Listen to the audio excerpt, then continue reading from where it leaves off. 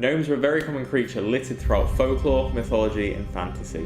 Whether your mind first goes to the gritty, battle-hardened races found in Warhammer and Dungeons & Dragons, or to the cutesy, playful garden ornaments that protect your home, everyone's got their own understanding of what gnomes are.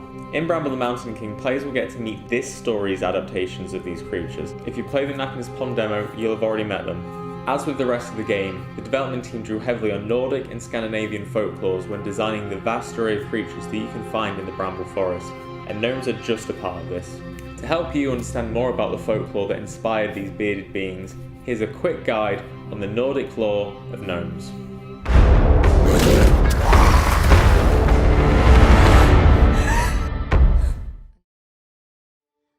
Known as Nisse in Norway or Tomte in Sweden, gnomes can be found inhabiting the houses and barns of humans. They're very similar to the classic Western depictions of gnomes, short and stumpy with bushy beards.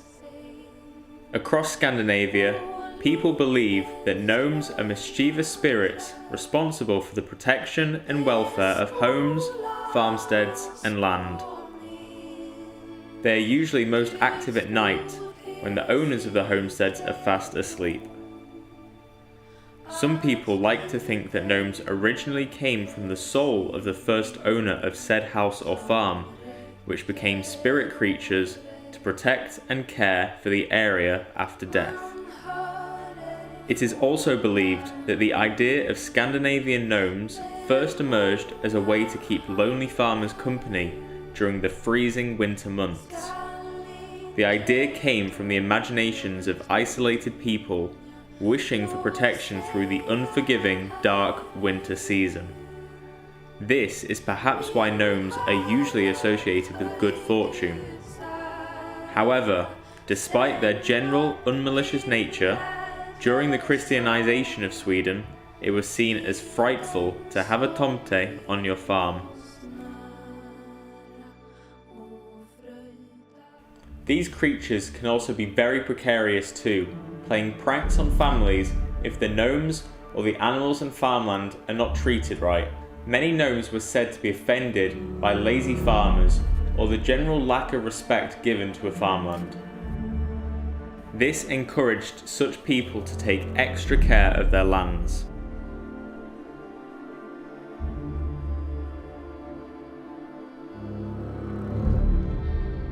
Gnomes in Scandinavian folklore are also thought to be very family orientated, living in rural areas and almost always merry.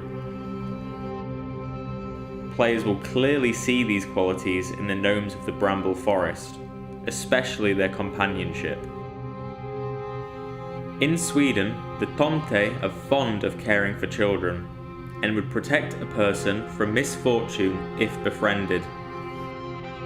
Luckily for Olle, the gnomes in the Bramble Forest possess these attributes, and they are all keen to help him on his journey.